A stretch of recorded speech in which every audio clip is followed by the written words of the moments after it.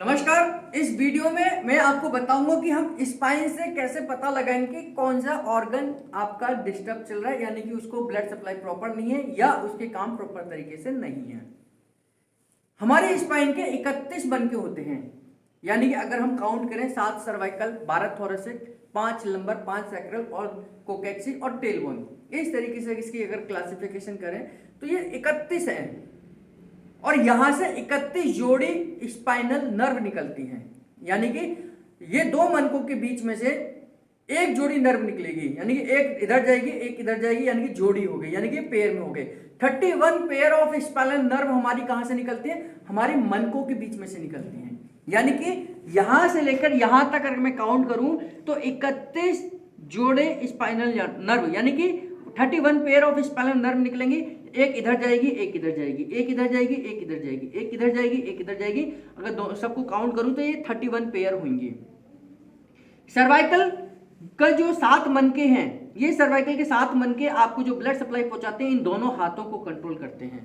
यानी कि ध्यान से सुनना, अगर आपको यहां चोट लग जाए, इस जगह चोट लग जाए तो दोनों हाथ अपने काम करना बंद कर सकते हैं, पैरालिसिस हो सकता है उनमें। T1 और T2, T1 से लेकर T2 ये हमारी गर्दन, ये हमारे अपर मूवमेंट को कंट्रोल करते हैं, यानी कि ये जो शोल्डर की मूवमेंट है अपर साइड में वो हमारे इस चीज को कंट्रोल करते हैं। T2 से लेकर T6 तक, T2 से लेकर T6 तक का जो एरिया है वो हमारे लंग्स को ब्लड सप्लाई पहुंचाता है। यानी कि जब भी लंग्स को ब्लड सप्लाई की कमी होगी तो हमें T1 से लेकर T6 तक क्लॉकवाइज करना चाहिए। जैसे एक सिंपल एग्जांपल आपको देता हूं, अगर आपका पंखा खराब हो जाए घर का, तो हम दो तरीके से उसकी चेकिंग करेंगे कि वो किस वजह से खराब है। हो सकता है पंखे में खराबी हो सकता है उसकी वायरिंग में खराबी हो, यानी कि जो करंट लेके आ रहा है जो तार उसमें खराबी हो।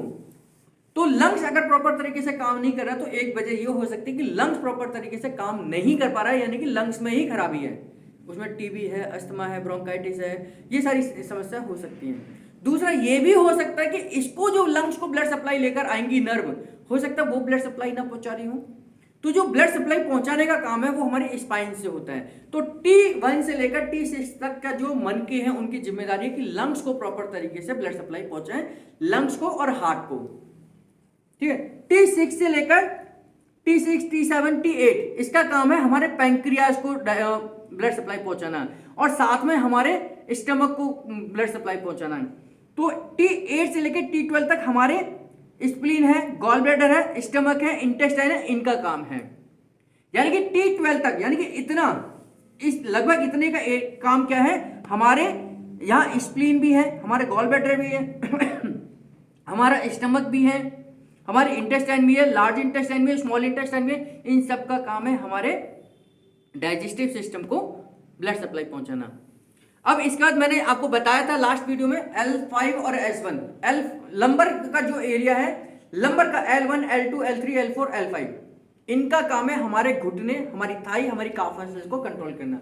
यानी कि L4 का काम होता है आपके घुटनों की मूवमेंट को करना। ध्यान से सुनना मेरी बात को, अगर आपको घुटनों में दर्द है, अगर आपके नीज में दर्द है तो घुटने भी खराब हो सकते हैं, हो सकता है कमर से L4 मनके से जो नर्व निकलने वाली है उनके लिए जो ब्लड सप्लाई पहुंचा रही है, वहां कहीं ना कहीं ब्लड सप्लाई रुकी हुई है, इसकी वजह से भी आपको घुटने में दर्द हो सकता है। इसीलिए न्यूरोथेरेपी में हम घुटने के ट्रीटमेंट के साथ साथ L5, S1 घिसाई, L4, 5 ये ट्रीटमेंट घुटने वाले पेशेंट को भी देते हैं। भले ही घुटने से कमर का कोई लिंक नजर नहीं आता होगा आपको, लेकिन अगर हम साइंस की लैंग्वेज में समझें तो जो घुटने को ब्लड सप्लाई पहुंच रही है वो L4 मनके से पहुंच रही है। जो हमारी थाई में खिंचाव आ रहा है तो ये साइटिका के साथ साथ L3 जो नर्व है, L3 से जो नर्व निकलती है वो थाई में ब्लड सप्लाई पहुंचाती है।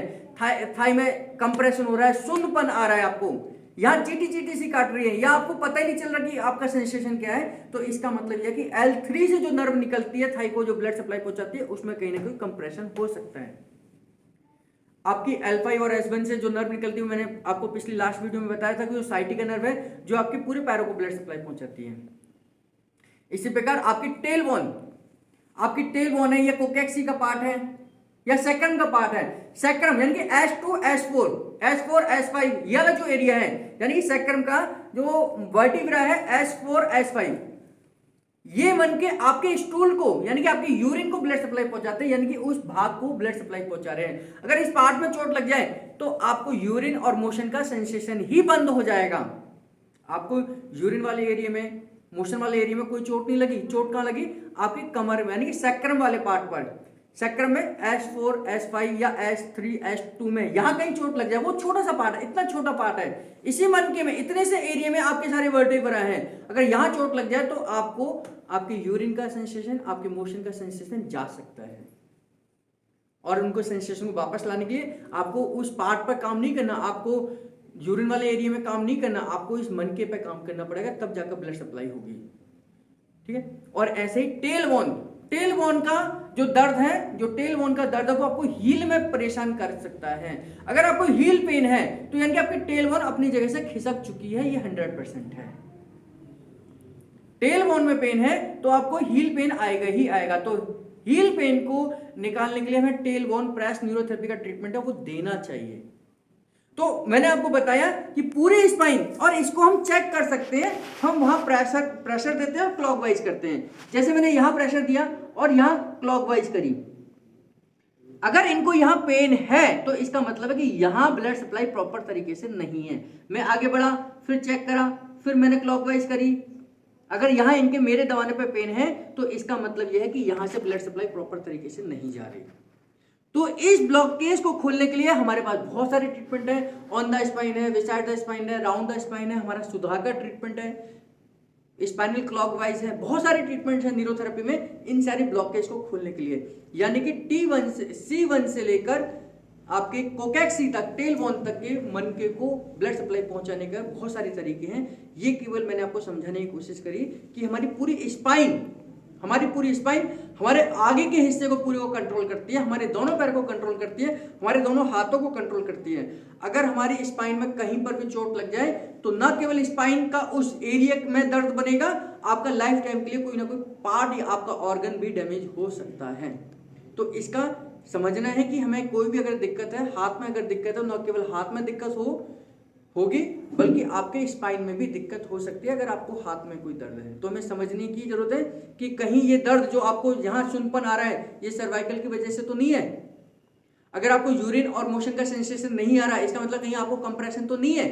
अगर आपको हील में पेन है तो उसका मतलब आपको टेलबोन में दर्द तो नहीं है। आपको पैंक्रियास प्रॉपर तरीके से काम कर रहा है इसका मतलब आपके T7 या T8 में कहीं ना कोई दिक्कत तो नहीं है।